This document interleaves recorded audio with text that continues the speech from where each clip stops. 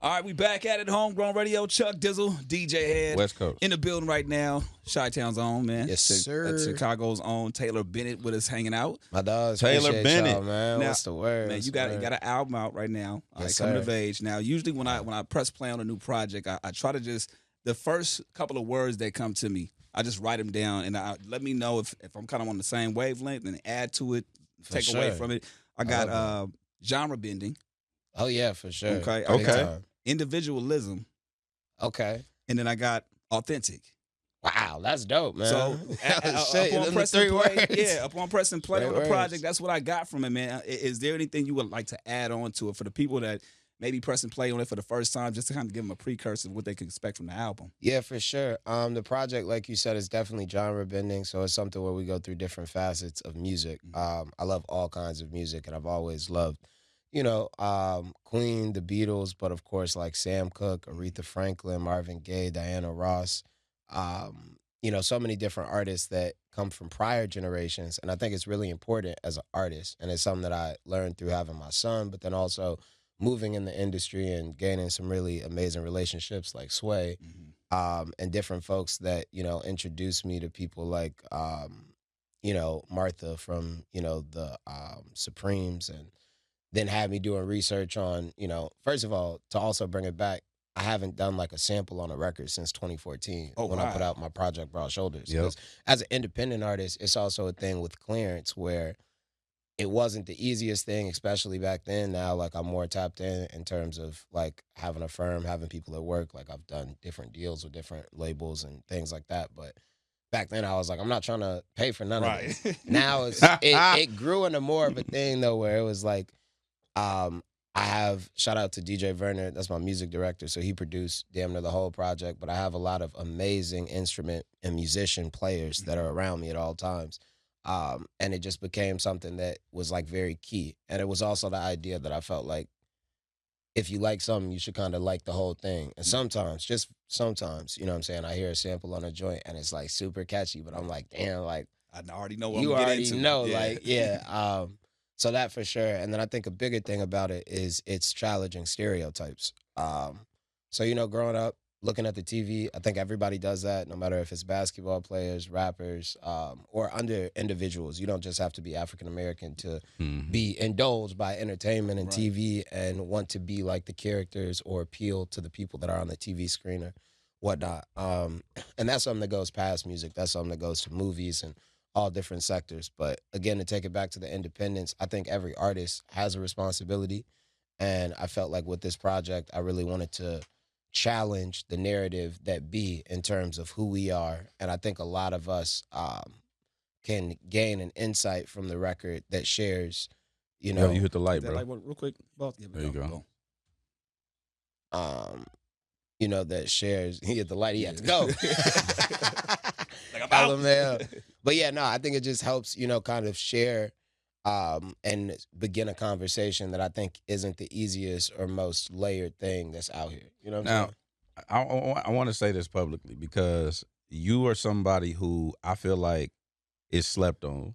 Damn, I appreciate that. Musically, you know what I'm saying? Thank you, man. This new project, I went back a little bit, and I remember first, I don't remember what project it was. It had the American flag on it? Yeah, the American Reject. Okay, that was the last project. That was the last project, American Reject. I remember when that came out, and I was like, right. You know what I'm saying? Like, I was like, nah, I feel you. But then listening to it or just no, seeing it? when I saw it, Right. when I just saw it, Got you, like, and then, but that's again judging the book by its cover. The looks can be deceiving, right? Yeah. American Reject, it's like, whoa, it's me.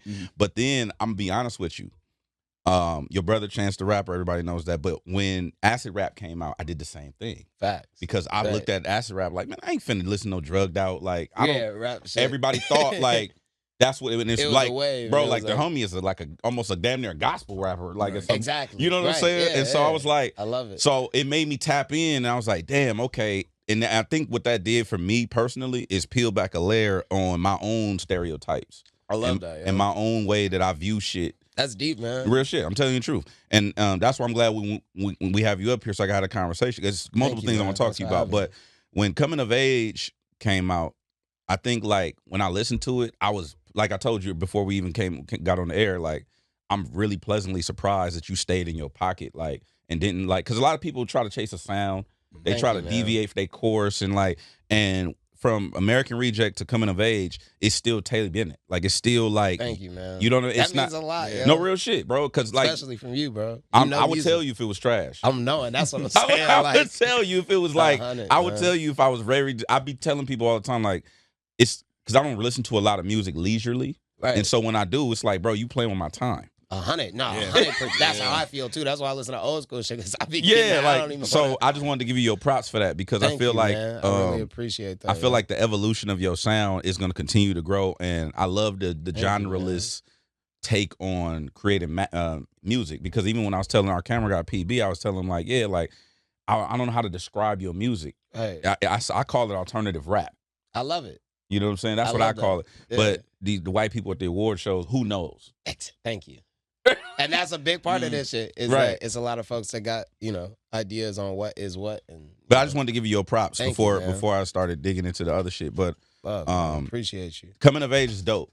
Thank you. Man. And is that like the artwork and everything is I would assume is metaphor, like, yeah, it is. So okay. I had a big part in just involvement in that as well. And the concept of that is that my father, who's also here, chief of staff, Salute. and senior advisor for me and my brother's organizations, it's just kind of, I feel like, a crazy thing, because the ideas that my dad taught me about crossroads, and that, I don't know if y'all ever learned that from anybody just growing up, is like, you always have a decision, you always have an option or a choice, and you get to a certain place and you have to make a decision on where you're going to go. And the reason why there's two sides and they're identical, but they're looking in different directions, is on the left side, you got Taylor that has a backpack on. It looks like he might be either heading in or out of a university. He basically kind of has it figured out. Even though he has a more serious focused look, it's like, you can almost, as a viewer, just base and say, okay, this is, this is what I think he's doing. And then the other one is like Taylor shirtless, gazing up. You don't know where, he really is. And the reason why it's like that is because what I've found in my life is that a lot of times people say there are two options, and usually there are two options, but the second option for me has never been that clear. And that's from grade school to high school to where I'm going to go to college to what job I'm going to work to. And I think that's something that correlates to a lot of people's lives in terms of not either having one thing that looks concrete, like I'm going to go to work tomorrow and this is what I'm going to do, or I'm going to bet on myself and I'm going to be an entrepreneur, and whatever that situation is. But it's like that perspective is so much more vast in terms of, you know what I'm saying? So I wanted to put that out. And then it's like the center, which is where the title is, Coming of Age, is basically the middle ground of understanding, which is why it's kind of like cracked. And it's like, because it's like, even though that's something that we all want to be balanced, you know what I'm saying? Going back to what I said about your sound and you staying in your pocket. And I was talking to PB about this before you walked in, but did you start to do an alternative sound to deviate your sound from your brother? I think it was like, was that intentional or subconscious? Yeah, I think that something that my pops, and I'll never forget this, is like years and years and years ago. This was when I was working on Broad Shoulders, so that's how long it was ago. Right. And I was like in the car with my dad. This is like 2013. 2013. 2014 is when Broad Shoulders came out. Right. So I was in the car with my pops, and I was talking about working on new music, and I was saying that I was trying to make music that didn't really sound like Chance's music. And I remember my dad said something that was really important for everything, because now my whole campaign is Be Yourself, and it's about expression and acceptance. Back then, that was before that. And he was like, yo, if you're going to make music, you shouldn't worry about sounding like your brother, because you're going to sound like your brother, because you're your brother's brother. Right. He's like, what you need to worry about is making the best music that, you possibly really can. Gotcha. So it was kind of a thing where I did start. And then I will say this, though, like growing up, when I was making records, even before Broad Shoulders, there were people in Chicago. My first project is called Mainstream Music. And the whole idea or concept on it was that it was all these different genres that were placed on one record. This is when I was like 14 years old. And the reason why was somebody told me in Chicago, his name was Mike Kolar, Closed Session. Shout out to him. He was like, man, this sounds good, but I've never heard a song like this, your sound. Like, I don't know what your sound is. And at first I kind of took it in a way, I was like, that's kind of crazy for you to say, because he was pretty respected in like the Chicago industry. But then as I started to sit on it and think about it, I was like, that's kind of real. Maybe that can become my thing.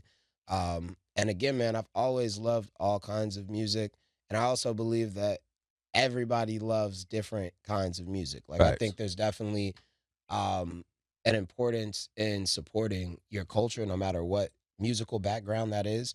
But at the same time, I feel like a lot of people genuinely enjoy some of the same kind of qualities of music, or maybe have the same thoughts of what energy is like, you know. Yeah. So it was like a thing where I also wanted to, especially now, and not even just for the hip hop community, motherfuckers need positive music. Right, And like, it's right. like this project is about positivity. It's about mental health. It's about being better. It's about exercising. It's about feeling and walking in your own greatness. You mentioned mental health on Kickback. Yeah. You said big dreams at 15, like most kids with With problems. Yeah. So is that when you started to when you started to self-diagnose yourself? Like, okay, this is what I'm going through, or did you have depression, or what was it?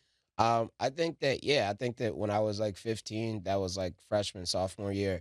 I think again, that was one of those coming of age moments where you're trying to figure out who you are. And I think that's one of the most beautiful things that I've learned through creating this project, is that I am still growing and I'm still searching, and every day I'm still becoming a better me than I was the day before.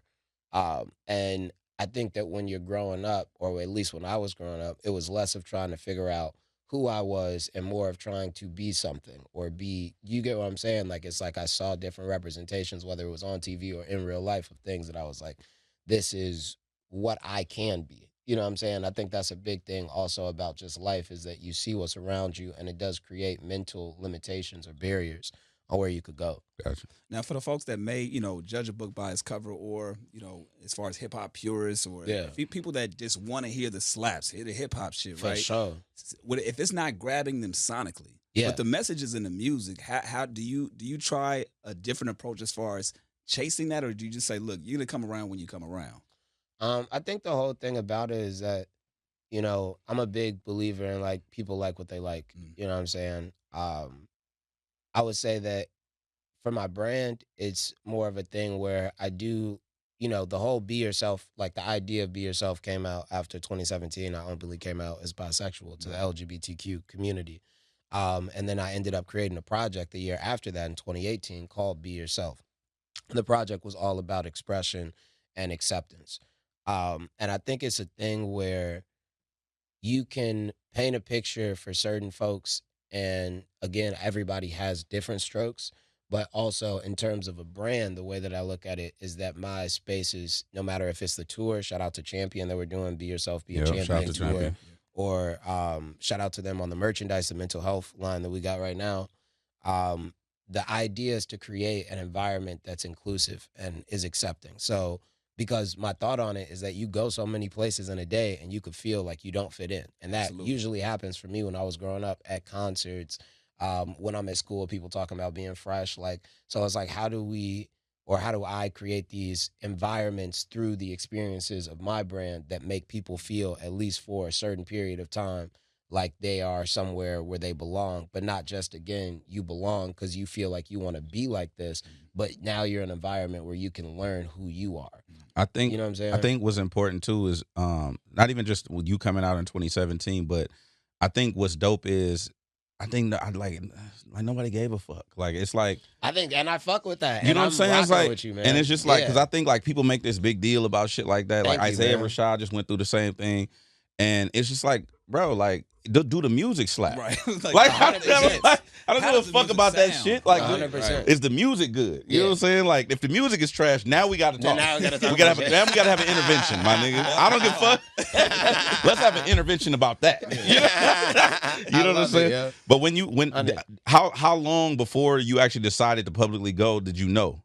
I think it was like a thing that for my whole life I had always, felt indifferent about my sexuality, and it was something that, like most people, I think it's a sensitive topic or just subject Yeah. that I didn't ever really engage or even think about from a perspective of what this could be or what this could mean until I was 20 or 21. Got you. But I do think that, and I can't speak to everybody else's experiences, but a lot of times it has to do with the opinions and the outside of others and what their perspective is, less than even what you're doing. And that's a big process of like what we're doing right now with the music, because it is a thing where I do understand, again, it's people that just need environments of expression. Yeah. Whether that mean to figure out how artistically great you are or to learn about yourself and better yourself a little bit more. It's like, how do you create those situations? Because, shout out to Kanye West and Kid Cudi and Jay-Z. There's a lot of different people that I grew up listening to that, just like y'all know, a lot of those people, I even say it on the outro, were like uncles and fathers to me because I listened to them and what they said so much more deeply than other folks that were around me. Mm-hmm. And they taught me different things through their music, but they were also a strong representation to be yourself. Like one of my favorite Jay-Z lines is, when I walk into a room, I shape the room doesn't shape me. Yeah. You know what I'm saying? And I've known that since I was like younger, and that's been a perspective of mine. And it's like I want to continue to create that outlet where kids, because I do realize the platform I have that are growing up, see, we just put a billboard up on 79th in Chicago that says, I'm from here, keep chasing your dreams. You know what I'm saying? And I think that when the Glow in the Dark tour and different things happen in Chicago, whether I went or not, major impact on my life. Do you think that it's really? I mean, obviously the culture is changing in hip hop. It's been very for sure. segregated. It's been very like aggressive, especially towards people in LGBTQ community. It's been very like salacious. But I think over time, like I feel it getting better, right? I think And it's way better. No, yeah. somebody, man, just know that like I get asked this question a lot of times where people are like, what do you think about like the hip hop community in terms of how they treat blah, blah, blah, blah, blah. Yeah. And my biggest thing, and I just keep going on the record, and I've been saying this shit for a long time, is that the same level of homophobia that exists in the hip hop community, or if they want to say the black community, exists everywhere else. Fact. There is no difference. Like everywhere that you go, you'll find different people that discriminate towards people that are belonging to certain communities. I love you said. Sorry, go ahead. But I just think that's a big thing, because I do think that there's a big stigma that in the African American community or in hip hop, we don't accept homosexuality to a level of discomfort that doesn't exist anywhere else. And that's not true. I love you said the word discriminate, right? Discrimination, because I feel like the word homophobia gets overused because by definition, and maybe you can, just a teachable moment for me, right? Definitely. So the word phobia means a fear of, Right. So 100%. if you have if everything's like, because if I make a remark against somebody because they're homosexual, that's not homophobia. That's me attacking who they are. That's discrimination. That's bigotry. That's not homophobia. Do you or am I reading that wrong from being somebody that's a part of that community? Well, I would say that, because I am bisexual, I'm not gay, but I can speak for the LGBTQ a bit. I would say that I think that it's a thing where you are in a lot of ways correct, because what you're saying is that at that point, it's not really a fear, it's more of a hate crime. Exactly. Right. But I think what the thing about it is, where people feel that it is homophobic, is based off the fact when people create an idea in their head of who somebody is, or they're afraid of, and I'll just say this, I think that a lot of hate crimes do lie in homophobia. Okay. So like there's a lot of times that people, and I don't know if you've ever, heard of this, but I know that growing up, like there are different experiences that people would share that somebody thought somebody was gay, maybe they bullied them, maybe they tried to beat them up in the locker room. Like these are different things that like really go on and really happen. People are growing up, and the basis of it, whether it's true or not, very common when it comes to African Americans, is that they build this idea that there is a fear that is behind the hate crime. So they're like, this dude is gay, he just touched me like this, and then 5 people beat up this little kid. It's very similar, again, to one black kid being somewhere and somebody being like, his ass was a threat, he was screaming. And it's like, bro, it's 8 of y'all. Right.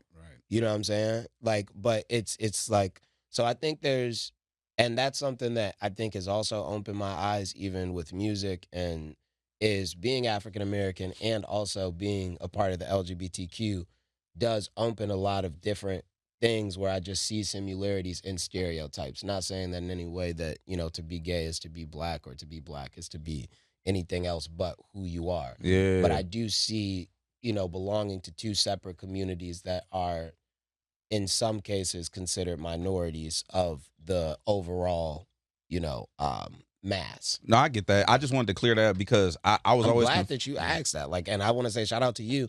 There's not enough just straightforward conversations where people actually get to talk. It's through conversation that we have education. It's without conversation that we have segregation. Exactly. You know And what I I'm brought saying? that up to like my friends of mine who are gay, bisexual, lesbian, all that. And I was like, hey, I was actually talking to me and Chuck. We're gonna put together a roundtable because of all these misnomers, and it's a lot of dogma that's involved with like it's just it's all kind of bullshit that's involved as far as like misconceptions and how it works, and it's just people are Yes. afraid to talk to about talk it. Nobody about it. wants And to that's talk, but that's exactly. what I think, and that is a danger.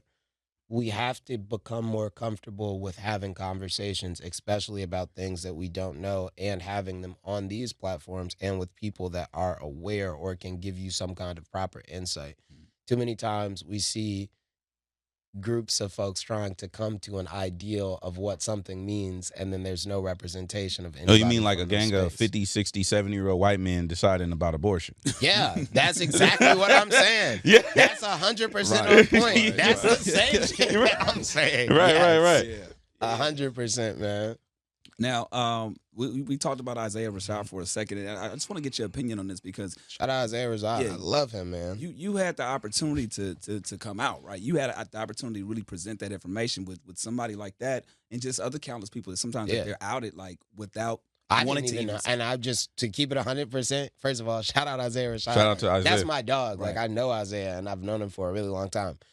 I don't really know what this situation is. I've seen Nobody something knows. online. Yeah, I don't know. I'm not speaking to that specifically. I'm using that as an example. I'm using that as an example because Right.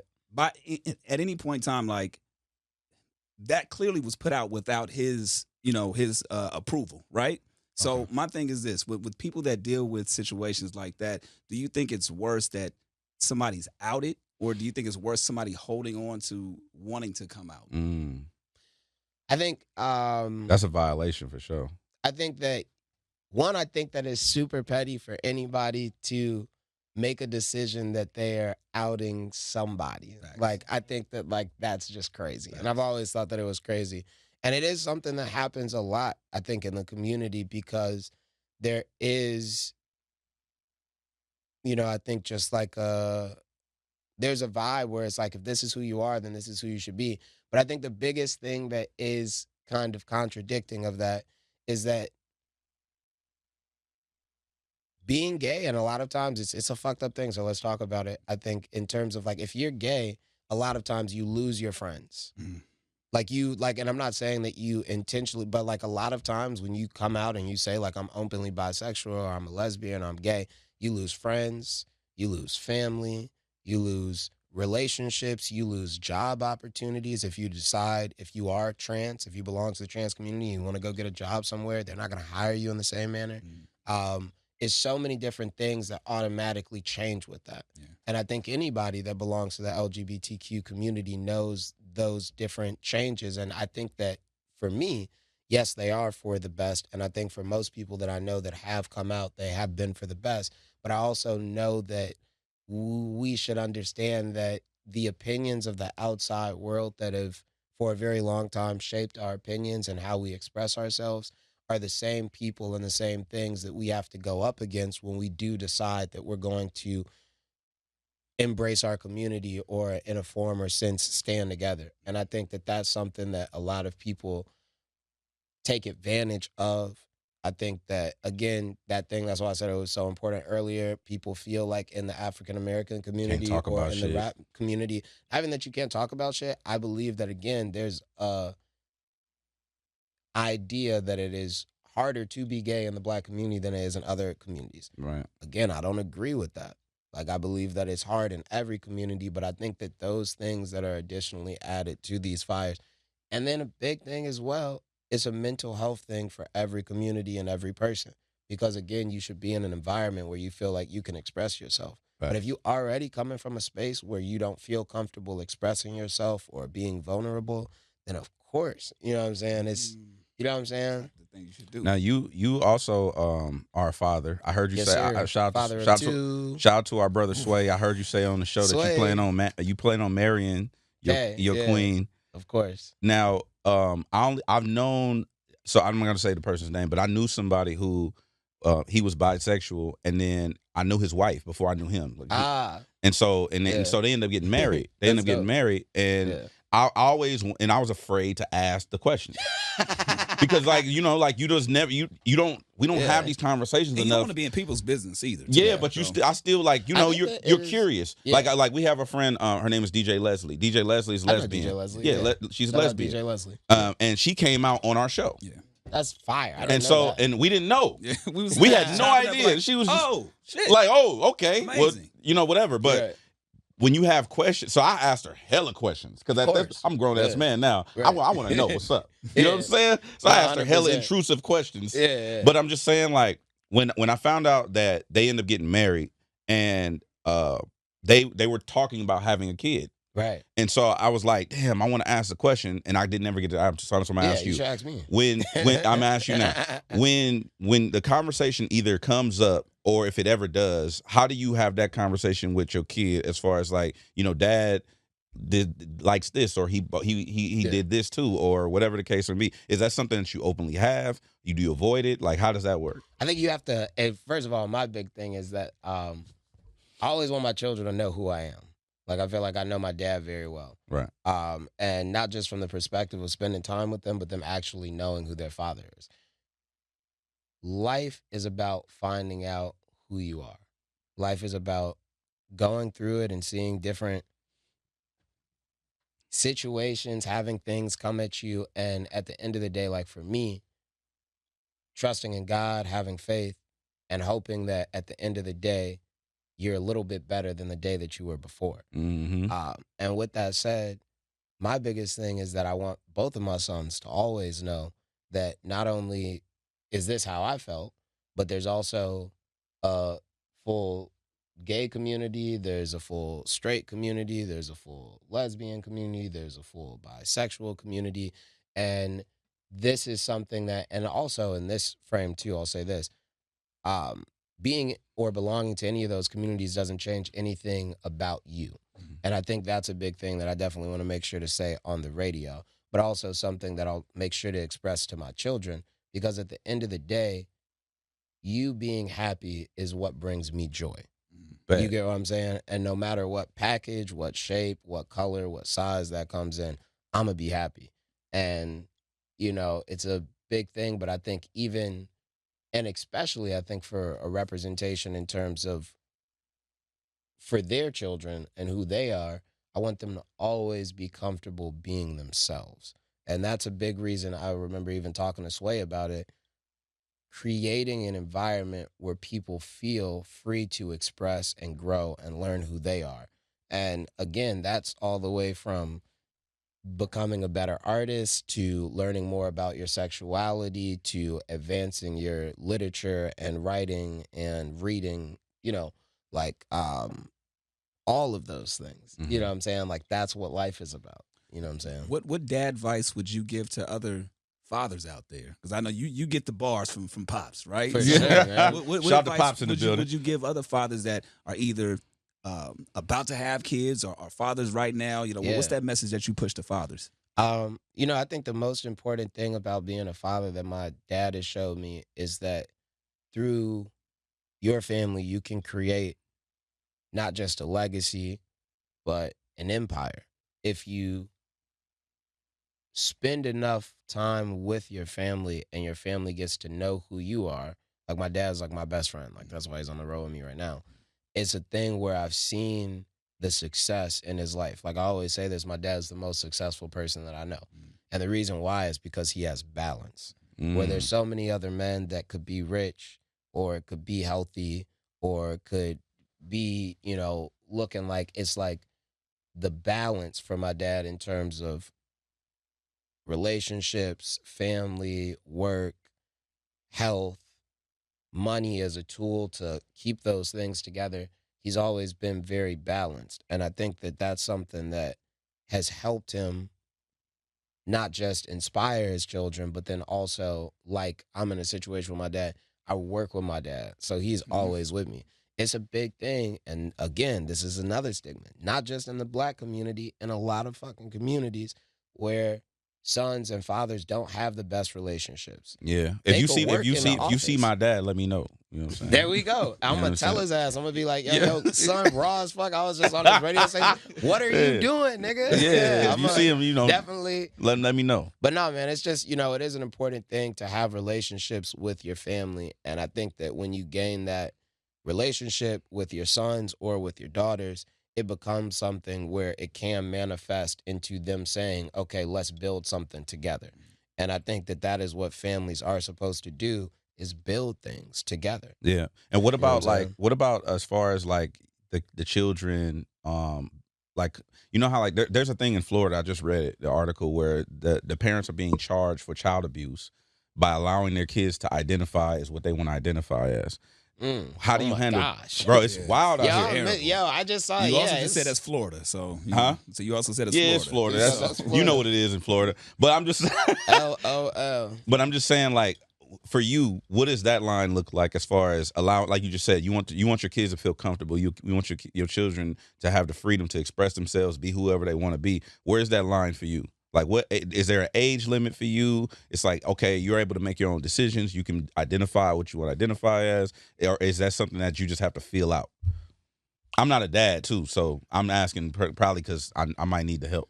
Man, I'm gonna just keep this shit super 100 because I always try to just speak from places that I know. My son is 1 and the other one is 3. So we go. You don't have no I'm not idea. there yet. Like, just to keep it real, I don't want to put any advice out here for anybody that's listening to Gotcha. take it wrong. Well, I need some advice. I'm a father of 1. My His son son is I is love 3, that. right? Yeah. And And he first don't of all- shut up. No, you first Oh of all, my let's gosh. not get into the first cuss word my son learned was because of him. All right, so let's talk about that first of all. Uncle DJ Head. Second of all, how do you deal with being now a father of 2 versus 1? And because it's something that Huge me and my wife are difference. talking about right now. Huge we want to have difference. 2. Is it something that we want to kind of take that leap? What's up? Man, it's a big difference, yo. And I'll say the biggest difference is it's a whole nother child. So like, I It's like we just got used to being this one. a child, like a child of 2 or a kid of 2 2. Xerox copies. Right? It's like I grew up, and I think a lot of people's perception of it was that there's 2 kids. You know what I'm saying? Like it's 2 of the same. It's a huge difference. It's a whole nother child, a whole nother person. They both have super different Personalities, personalities. Like, Charlie and Blake, they're both, little architects. They love to like build with blocks and stuff. But Blake is like more of like, he's determined. And Charlie's also determined, but like in a different way. They have different logics of how they work through situations. And I could see that more so because I have 2 sons, and then of course I got Chance. So Wait, like, you so wait, you said 1 and 3? yeah, 1 and 3. So you don't sleep. Man, it's crazy. I do get to sleep. Shout out to their mom and my fiance, Kayla Moore. She's the reason why I do get to go to sleep. Bet. She's in Chicago right now. She was just trying to figure out the grocery situation. We got some groceries and the babies were sleeping. We trying to get them. So she's the reason why I do get sleep. So yeah, there's sleep involved, but not the most, man. And then I would also He tried to be polite because Right. his kids gonna watch this shit one day. for sure. That's a big thing, man. I be thinking about that Right, shit. right. Like, You gonna man, go yeah, back and kids look gonna at watch it. these interviews with how you say My that? kids are fucking terrible. I'm killing one of these little. Nah, but I think it's dope. I always want to commend fathers who are actively, participating. Thank you, Like man. I give him shit, but he's a great dad. Appreciate you know what I'm that. saying? And So it's important That's that important, it's man. important that, especially like you said, people who look like us. putting that Exactly. positive imagery 100%. out there, having these conversations, because to them it's like, oh, just another entertainer or another. It's like, no, this is a father. You know what I'm saying? And I think that's a big thing I was saying that on another show is that, because this is an industry, whether it's the music industry, movie industry, the, athlete industry, we forget that there's communities behind all these things. So it's really easy to create, it only takes like, and I don't make movies, but I think like 200, 300 people to make like a motion picture film that millions and millions of people will see. So I think it's also, sometimes we forget there's grandmothers, grandfathers, sons, daughters, nieces, nephews, brothers, sisters that are really behind a lot of these communities. And at the end of the day, the most important thing is that we continue to grow. And that's like my big thing, like I said, is every day, if I could share any piece of knowledge, and just 100%, y'all, it's not always going to be right, man. Like, I'm learning and I'm growing too, and a lot of times I will be wrong about things. But when I think I have a good enough understanding about a certain area of some information, I'll try to share it because, again, I want to create more conversation through rap music and hip hop so we can talk to our communities and we can hear what they have to say and we can voice those things. Because we do have that responsibility as artists, I believe. I do want to get back into the music for 1 second, but I want to ask you one last thing regarding family, right? You talked about working with family. Obviously, family's here right now, right? Yeah. We had a conversation on the radio about people saying that there's no way they could work with family for whatever reason. Oh, So wow. speak to the pros and the cons of working directly with family. They know how much money you making. There you go. That's the, In the pocket, you know what I'm saying? So I guess like that could, in a way, that could be a con. I won't even use You that can't tell one. your dad you ain't got it. Right? Yeah. That's 100%. But I think the pros to working with family is it's our business. Like as African Americans, especially in the hip hop industry, we've seen this not just with the rap community, but with artists. You know, we could go from TLC, you know, all the way to Louis Armstrong, and so many other artists that, you know, based off the business that was done around the music and their success, ended up with nothing. Yeah. For anybody that, you know, knows about, you know, the stories of Michael Jackson giving back the different rights to Little Richie and all these different folks because, you know, there was a label at that point that had taken all of those things away from them. And the major point that I'm really getting at is that as African Americans, especially in today's America, one of the most lucrative businesses that there is, besides being an athlete, is being a rapper. And based off the fact that we leave our ownership with pens and papers, we don't have generational wealth.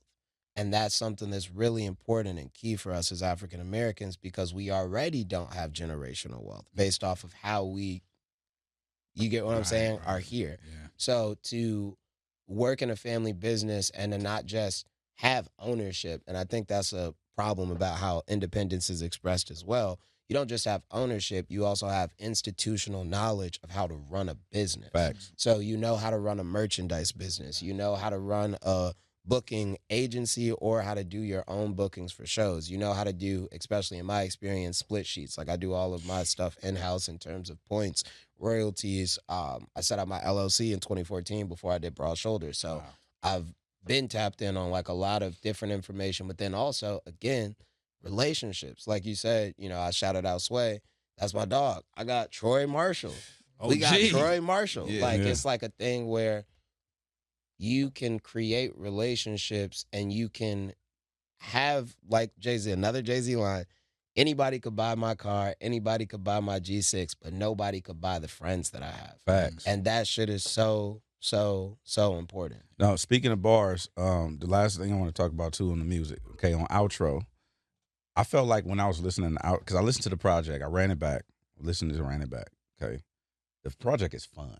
Thank you, The man. project is energetic, it's fun, it's upbeat. But on outro, you had some shit you had to get off your chest. For Talk sure. that shit. Okay, so Talk For that so like, sure.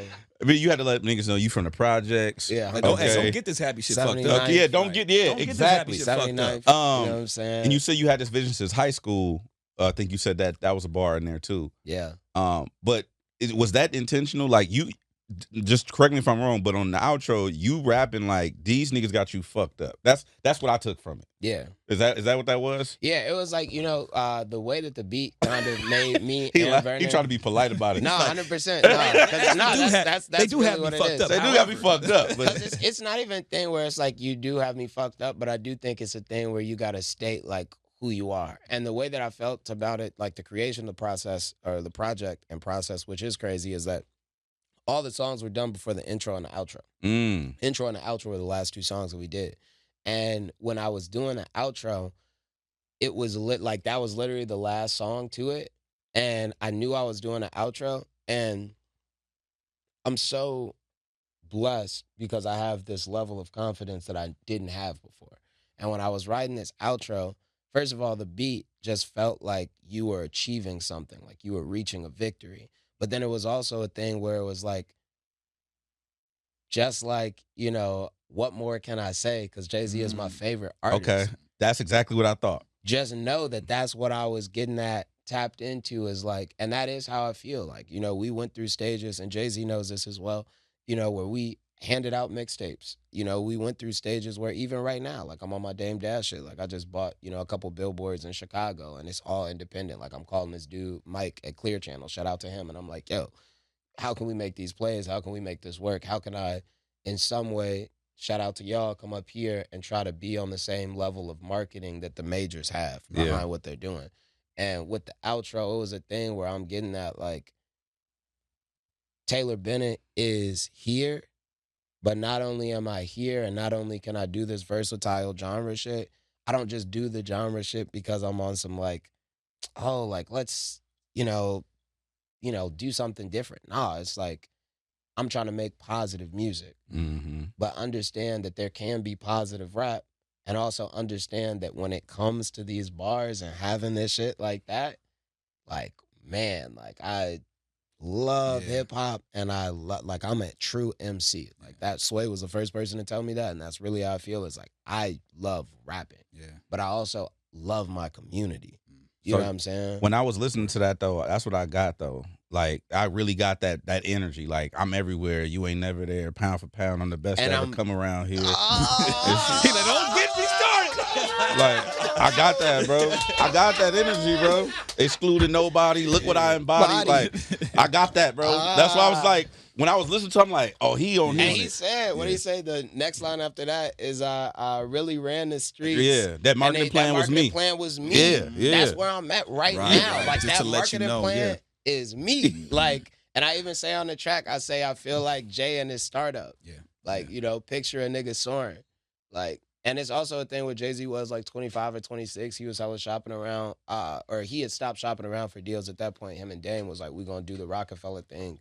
They was like, you know, but just his story, man, is super inspirational. Like how he has had joint ventures or partnerships. Like these were all like the first time that I even saw, just like Paul McCartney talked to Michael Jackson about publishing. I watched a video on Jay-Z and he was talking about owning 80% of his publishing. This is a video from the 90s. I don't know if you've ever seen it. Damn. And I was just like, damn. And the whole thing he was saying was, we got 80% right now, but we about to switch it up. We about to get better because that's not how it's supposed to go. But it's like, he was saying that shit in the 90s. And the biggest thing that I always respect about Jay-Z, and this is why I told you about that line earlier that I love, they were who they were. They went into every room and they said, y'all gonna treat us with respect, and if not, we gonna still do business. Facts. You know what I'm saying? And like, I feel that for 100%. that, he's changed everything. So everything. You have that approach when it comes to major labels at this point. I would assume at this point there's no offer that could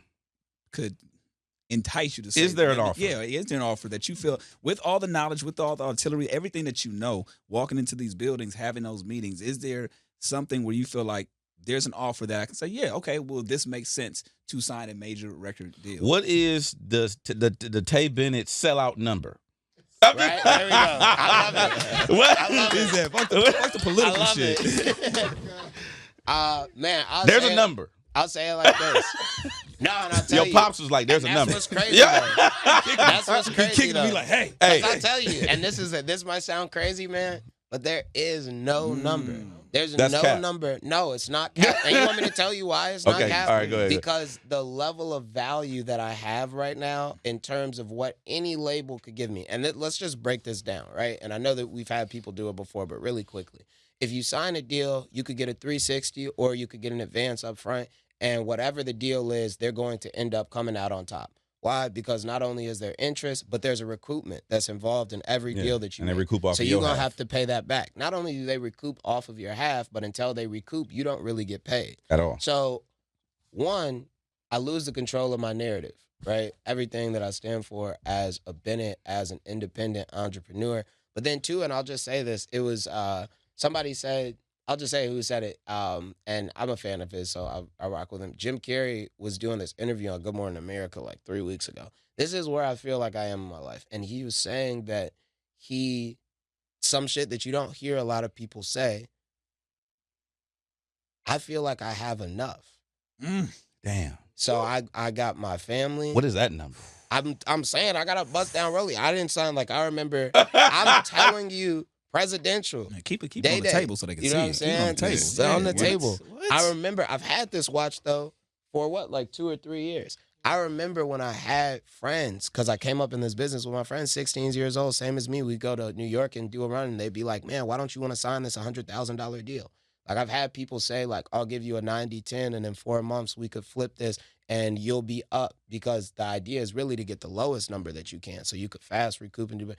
And at the end of the day, and then I'm going to also just say this too, we have to, it's so important that I am a part of, and I'll just say it, because there's other people controlling our narrative. Right. It's so important that I get a part of that.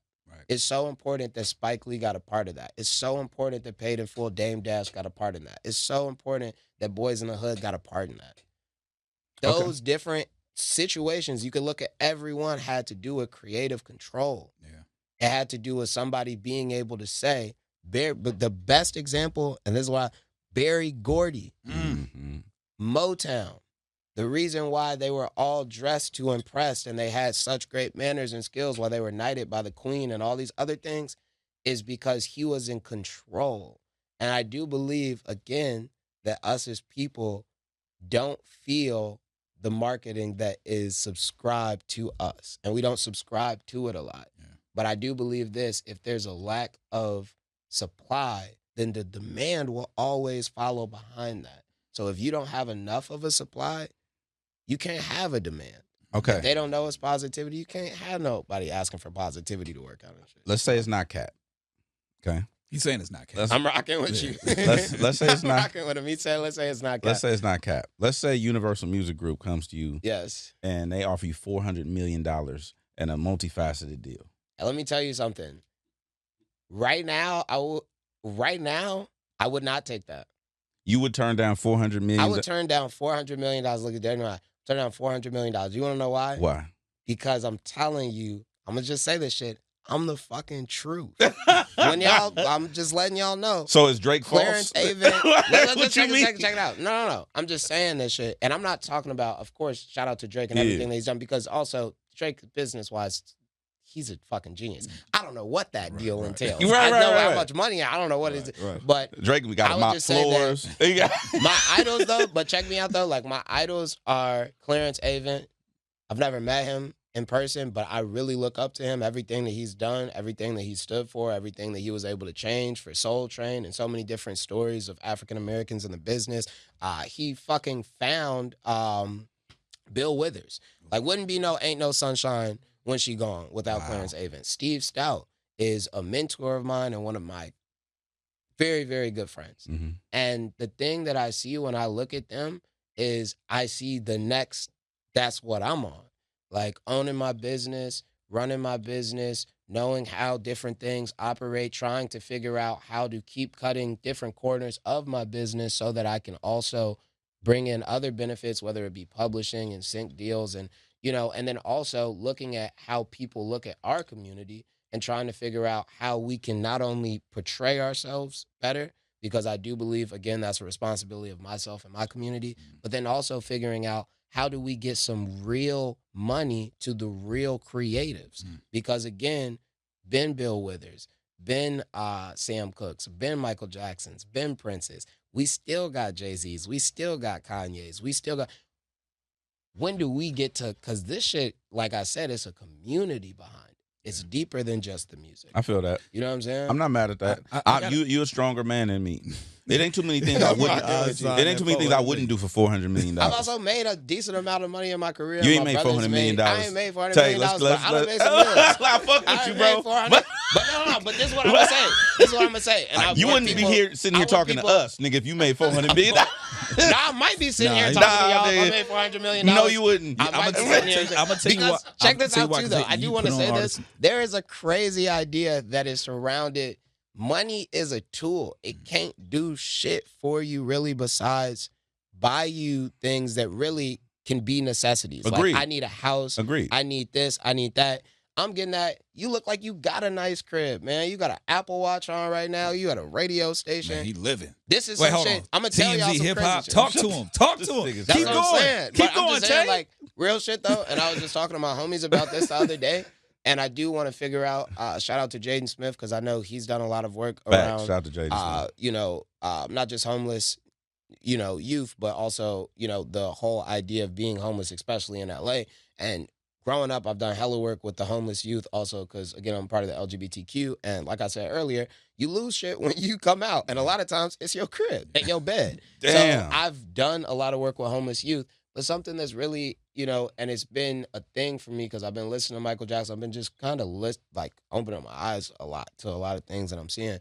It's like, there's a government that supports the system that is around us. So don't nobody want to be homeless.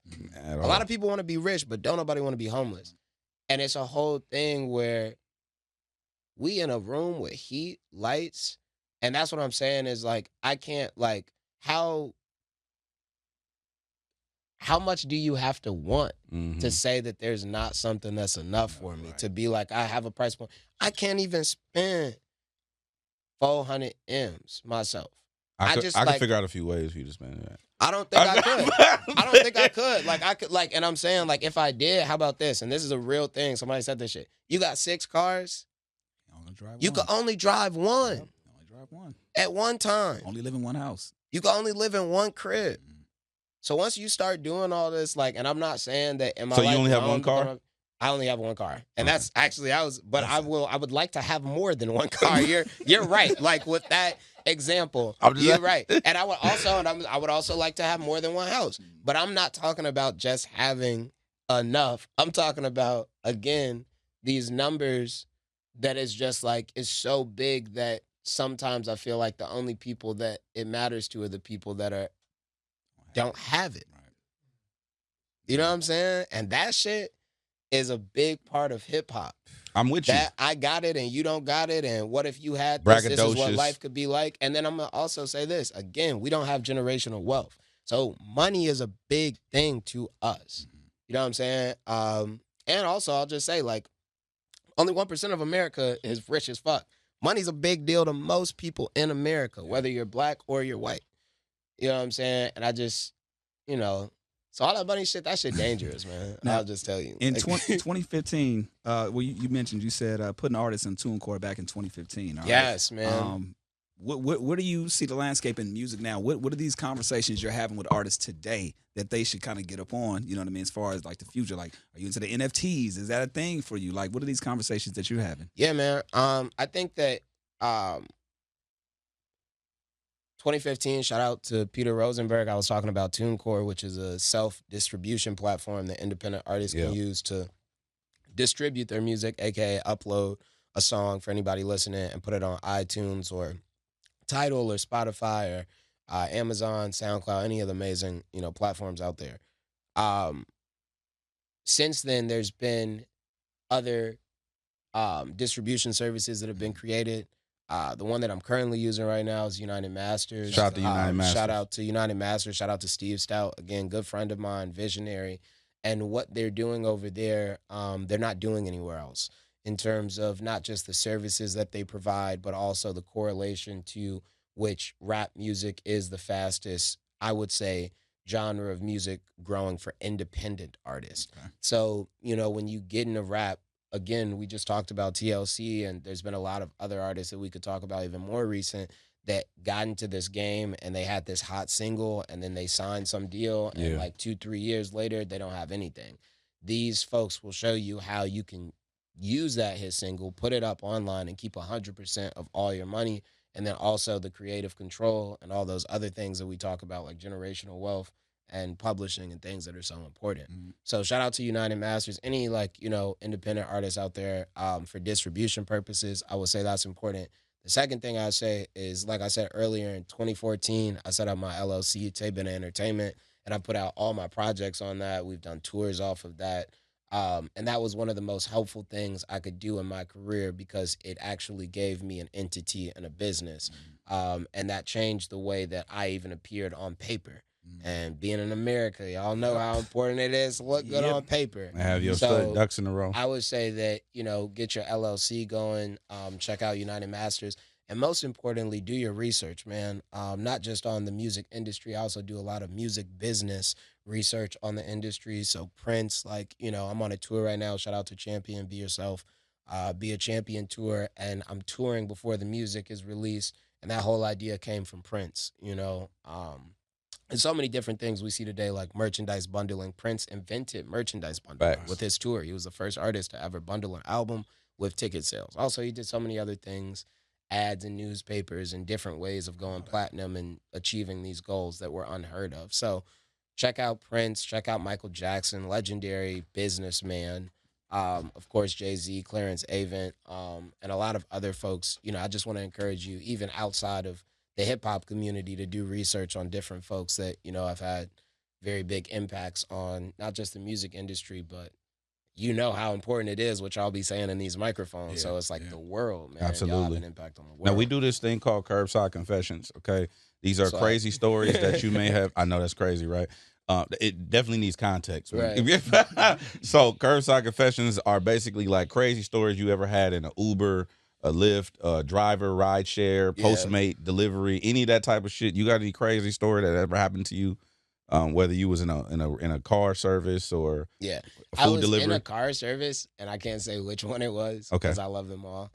But I had, like, I was just thinking about, it was so weird. I was thinking about this the other day. My first dog that I had, I love him. Shout out to Kenny Blue. He was a blue nose. He was a pit. And I had called this black car because, like I said, I have one car now, and this was like 4 years ago. I had no car. And I was just calling Ubers. And I called this Uber black, and I think we were taking him to like some kind of like dog gym or something, like something cool. Mm-hmm. And basically we call this black car, I don't know why, SUV pulls up. Like, yeah, we got the dog. Like, we're like, I'm younger than this 4 years ago. So I'm 22. I'm with the mother of my children. She's 21 or 20. And we're looking at these kids. We're like, we want to take this dog. And the guy's like, all right, we'll let the dog come in. Dog gets in the car, gets in the back seat. And I'll never forget that we were on the expressway. It was far as hell to get there. And my dog just started peeing, like just In the car. peeing just all over the back seat.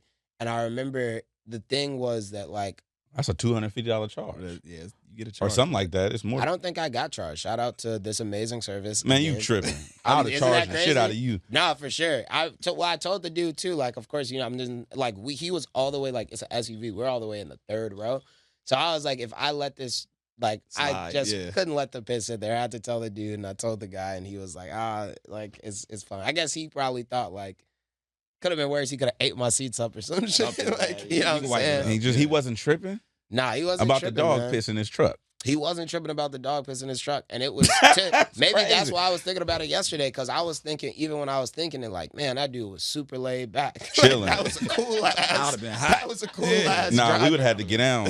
Like, sure. your dog When I fucked my told him, he rides was up for the like, day. oh, closed the door, got in the car, drove off and shit. Like, you know, when you, like, man, I think I left the window open. And like, oh, no problem. Like, it was like, seemed like that shit. He was like, oh, for sure. I'll just Wow. drive this Yeah, car. clean this up or something. Okay, WTF moments. What's recently made you say, what the fuck?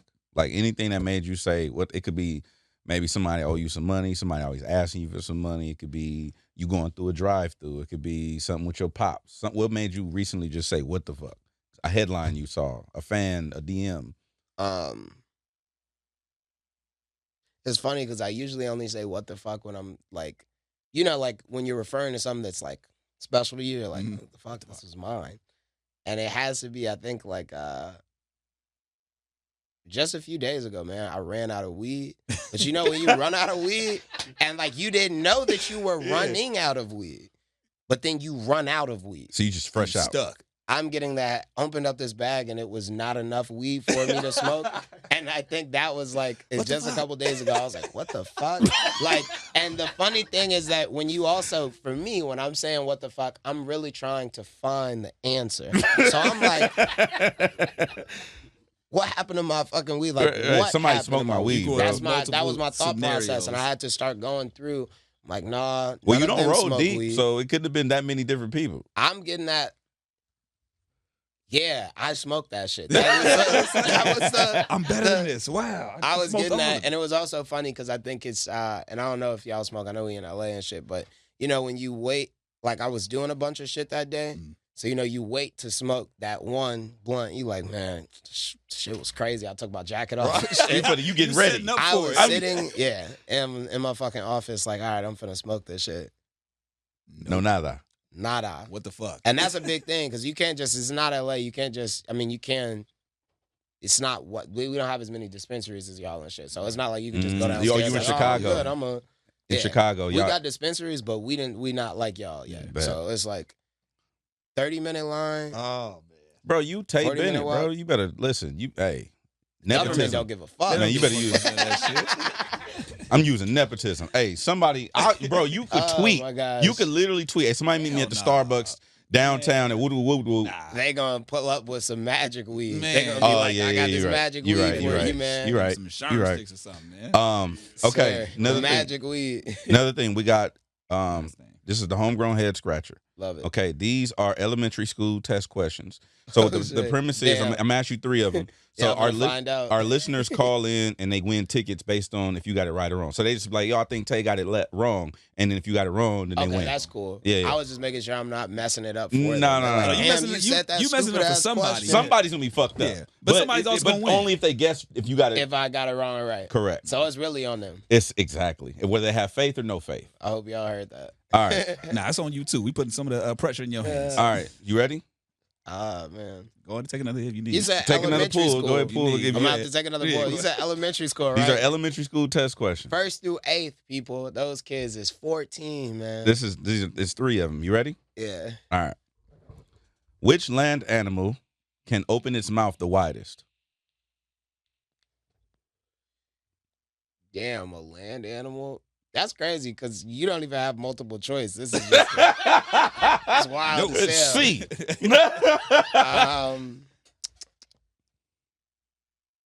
I would think. Well, I guess that's not a land animal. Sheesh. What do you think? I want to know I that gotta first. think about a real. I want to know what you was just looking up at. Yeah, You, yeah. The whatever answer it was not you up there. pictured it.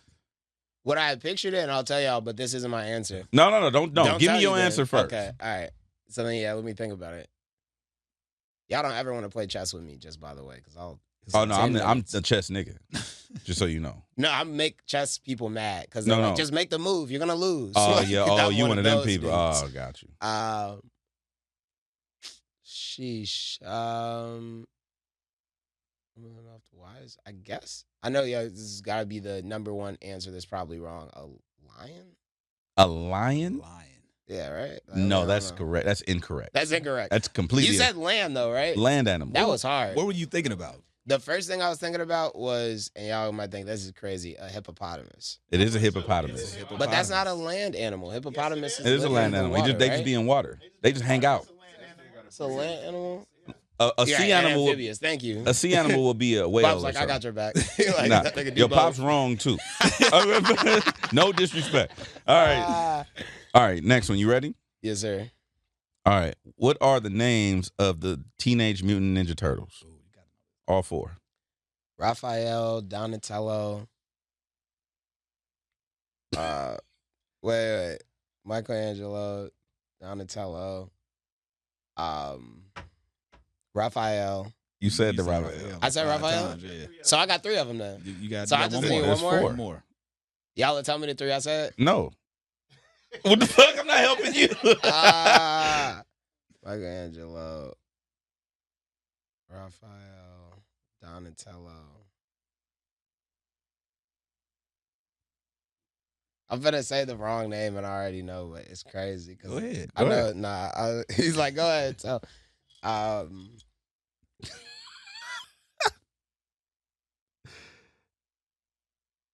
damn, it's not Lee, right?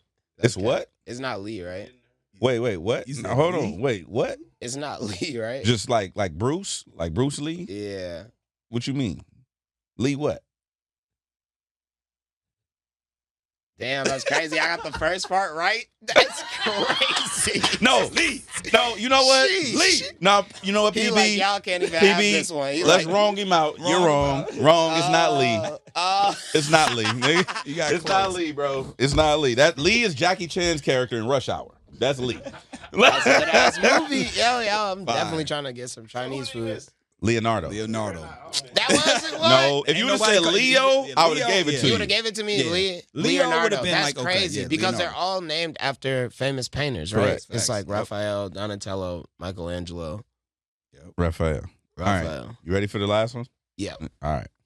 Nah, he's so excited about this one. It's crazy. You're never gonna get this one. So. Oh my gosh. All right.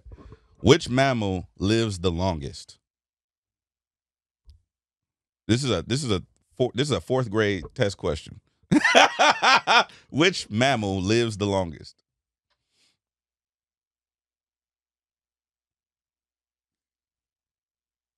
Bro, if he knows this, I'm gonna get the fuck up out of here and walk out. I'm telling you right He now. might need to get the fuck up out of here because he's picturing it right now. It's like all these animals are floating through his head right now. There's so many animals that just hopping over this fence. You got a fence? Eventually, I can So see you have that. a promenade in your brain. I'm watching big ass animals hop over that This bitch. thing got a pasture in his head. He's like, yeah, the animals are hopping over the fence. He said he gonna die. Now that ain't it. Yeah, that is what I'm thinking. I'm like, it's like each one. I'm like, nah, that is what that.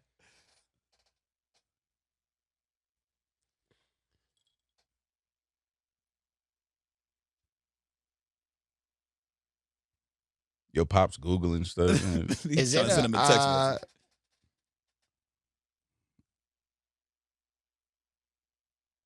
Is it one of the apes? I don't know. Well, that's his answer. Nigga, you One of the tell me. apes. Pick an ape.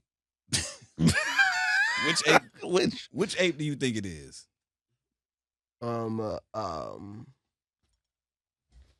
Make sure he ain't checking his phone either. I see Pops over there texting doing something. Is it a?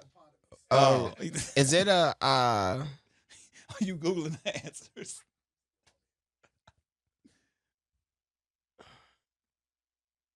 It might be an orangutan. It might be. Is that your answer? Yeah, that is Answer. my answer. Your 'cause answer is I'm getting what? at an orangutan. No. Because I don't. Yeah, give it it to an me. ape? What is That's it? not it. It's called the bowhead whale. Okay. Well, wow. The bowhead You know whales what? I'm can.